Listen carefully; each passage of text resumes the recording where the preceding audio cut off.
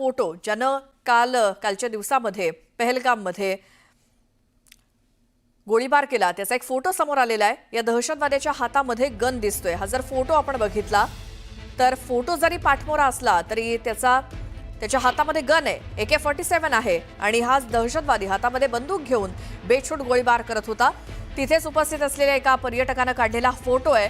हा फोटो पाठमोरा आहे, मात्र पाकिस्तानी पेहराव त्याचा दिसतोय आणि हातामध्ये AK-47 असे वर्णन या दहशतवाद्याचा करता येईल। अधिक माहिती या संदर्भात आपण घेऊयात। आमचे प्रतिनिधी वैभव सोनावणे आपल्या सोबत आहेत। वैभव, श्वेता, या हल्ल्याची जबाबदारी जी आहे ती यापूर्वी जर रेजिमेंट फोर्सनं घेतलेली आहे। STF जी आहे लष्कर-ए-तैयबाशी संबंधित ही संस्था आहे आणि स्थानिकांच्या मदतीनं हा पहलगामचा दहशतवादी हल्ला जो आहे तो त्यांनी केला असावा अशी माहिती मिळते।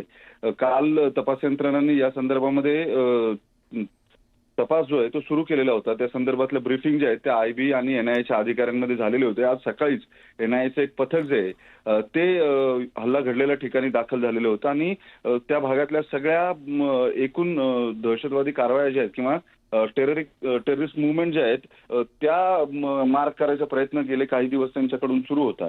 या सगळ्यामध्ये स्थानिक कुणी इन्व्हॉल्व आहे का किंवा त्यांच्या मदतीशिवाय इतक्या आतमध्ये येणं शक्य आहे का, या सगळ्याचा तपास जो आहे तो तपास यंत्रणांकडून केला जातोय।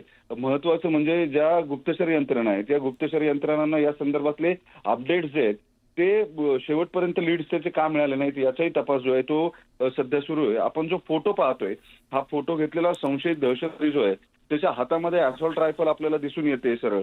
जवळपास 28 जणांचा बळी जो आहे तो या 4 ते 5 जणांनी काही मिनिटांमध्ये घेतला असल्याचं लक्षात आलंय। साधारण 5 ते 10 मिनिटं हा हल्ला जो आहे तो हल्ला सुरू होता आणि त्यानंतर ही सगळी तिथं गडबड जी आहे ती गडबड झाली। लोकांना काय होतं हे कळेपर्यंत जवळपास 28 जणांचा जीव गेलेला होता।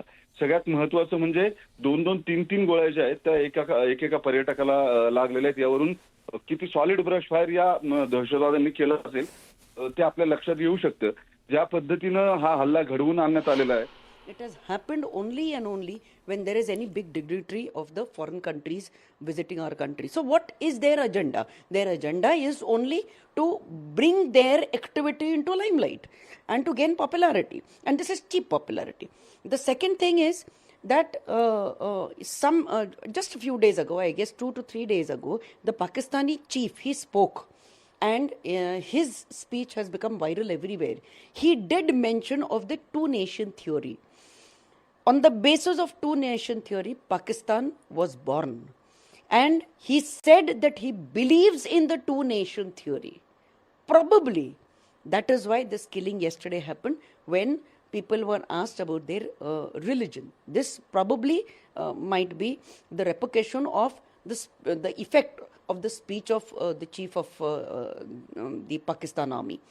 And he did say that Kashmir is the integral part of Pakistan and Kashmir we are going to get it. Immediately 2 days after it, this happened. So all these points, if you join and if you see that Pakistan has a bigger hand into all this, and it is only and only Pakistan which is a terror country. The whole world has understood this. We've got support from all the international, all the countries in the world.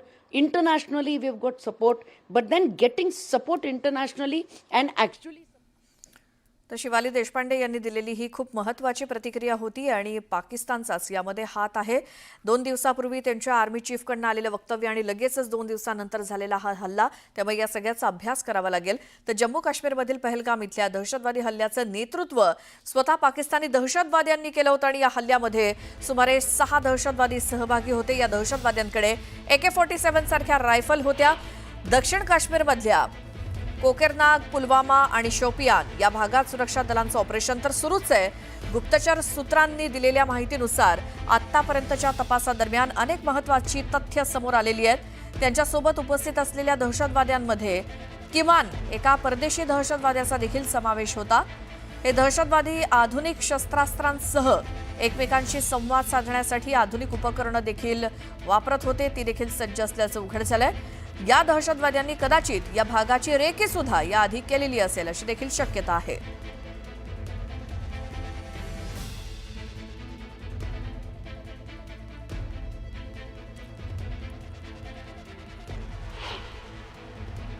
तर पहलगाम हल्ल्याच्या पार्श्वभूमीवर यंत्रणा आता alert मोडवरती आहे.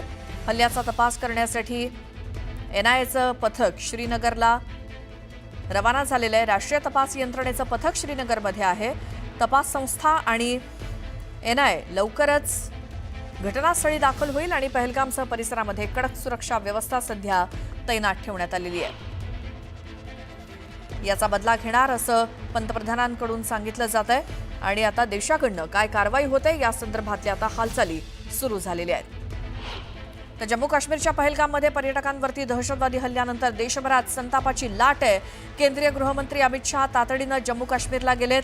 श्रीनगरमध्ये जम्मू काश्मीरचे मुख्यमंत्री ओमर अब्दुल्ला, IBचे NIAचे वरिष्ठ अधिकारी त्यांच्यासोबत त्यांनी आज बैठक घेतली. आज केंद्रीय गृहमंत्री अमित शहा पहलगाममध्ये ज्या ठिकाणी दहशतवादी हल्ला झाला त्या भागाची पाहणी देखील करणार आहेत. तर पंतप्रधान नरेंद्र मोदी हे देखील सौदी अरेबियाहून तातडीनं भारतात दाखल झालेत. दिल्लीमध्ये दाखल होताच मोदींनी थेट दिल्ली विमानतळावरतीच तातडीनं बैठक घेतली. विमानतळावरतीच मोदींची राष्ट्रीय सुरक्षा सल्लागारांची बैठक झाली. परराष्ट्र व्यवहार मंत्र्यांसोबत सुद्धा त्यांनी बैठक घेतली. पहलगाममधील दहशतवादी हल्ल्यानंतर भारत सरकार तातडीनं या संदर्भात बैठका आणि माहिती घेत आहे. दरम्यान पहलगाममधील झालेल्या धक्कादायक घटनेनंतर पंतप्रधान मोदींनी तातडीनं त्यांचा सौदी अरेबियाचा दौरा आटोपता घेत ते आता भारतात दाखल झालेत आणि त्यांच्या अध्यक्षतेखाली एक बैठक देखील होते.